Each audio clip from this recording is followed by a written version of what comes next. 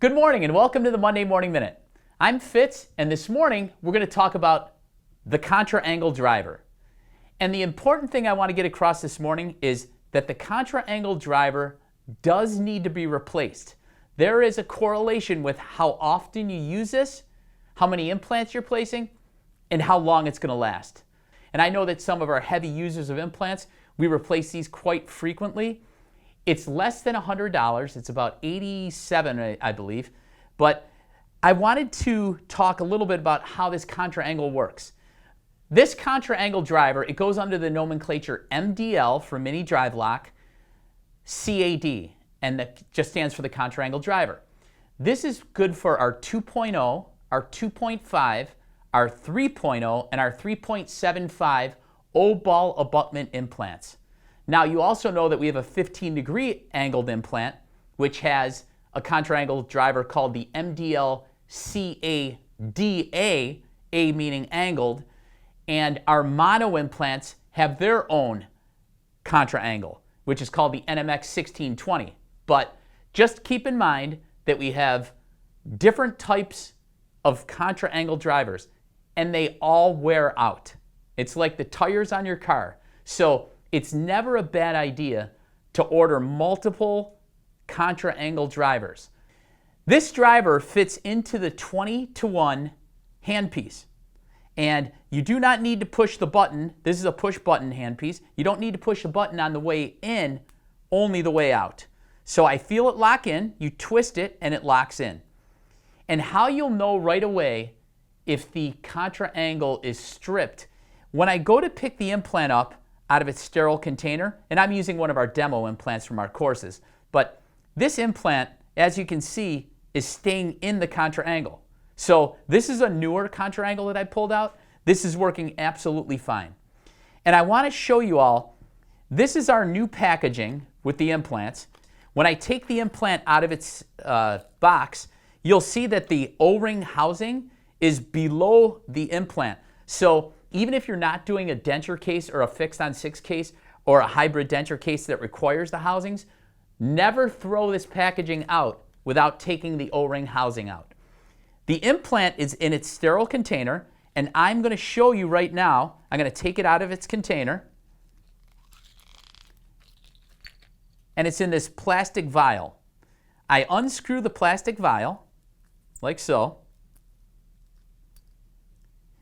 and I should never have to touch the implant with my hands. I'm just going to take the Contra angle. I'm going to spin it, and it comes right out. In the event that you can't pull the implant out of its sterile container with the Contra angle driver, it's highly likely that you'll have to replace your Contra angle driver.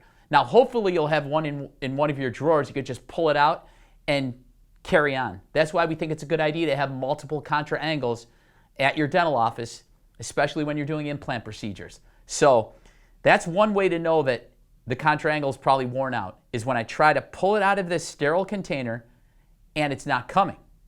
So keep that in mind. And the last thing I'd like to talk about regarding the Contra angle is what Dr. Shakin always tells me is when the implant's going in to the bone, how do you know when the bottom of the square is level with the soft tissue? And I brought this model as an example. You see it on this anterior tooth. There the ball and square is above the tissue. When the Contra angle driver, because you can't see the O-ball abutment or the square when the Contra angle's on, but when the Contra angle driver touches the soft tissue, you should take your foot off the pedal, and it should be perfect. So I hope that was helpful for everyone on the Contra angle driver and the importance of replacing it. Let me talk a little bit now about our courses coming up. We have the International Academy of Mini Dental Implants meeting down in Nashville, Tennessee on September 24th and 25th.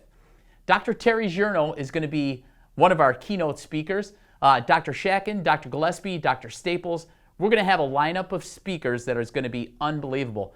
And our academy meetings, I don't know if anybody's been to them in the past, but if you have, you know how educational and how much fun we have in a 2-day event.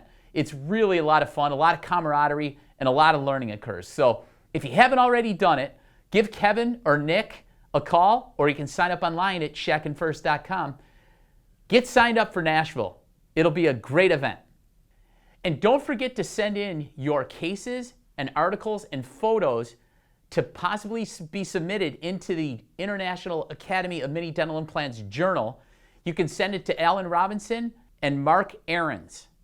And we're going to have a beginner's course in Buffalo on Friday and Saturday. It's October 22nd and October 23rd. It'll be a 2-day event. Live surgery will be done by Dr. Shakin. We're going to take a little tour of the lab, our new lab, that is. We're almost done with the renovations. And we're also going to have guest speakers from the International Academy of Mini Dental Implants at this course as well. So if you're a beginner, or if you want to come to a beginner's course, please, October 22nd and the 23rd will be an excellent course to attend. And then we're going to finish off our courses in Buffalo this year in November. It's going to be an advanced course. It's going to be Thursday, November 18th, Friday, the 19th. Dr. Matthew Lasorsa is going to be doing a problem-solving course on November 20th. And if you haven't seen Matt do a problem-solving course, you got to get up here and see it, because he's full of very, very important information that everybody benefits from. So thank you very much for joining me on this Monday Morning Minute. We hope everyone has an excellent week placing mini dental implants. I know they're getting more popular by the second. We look forward to seeing everyone next week on the Monday Morning Minute.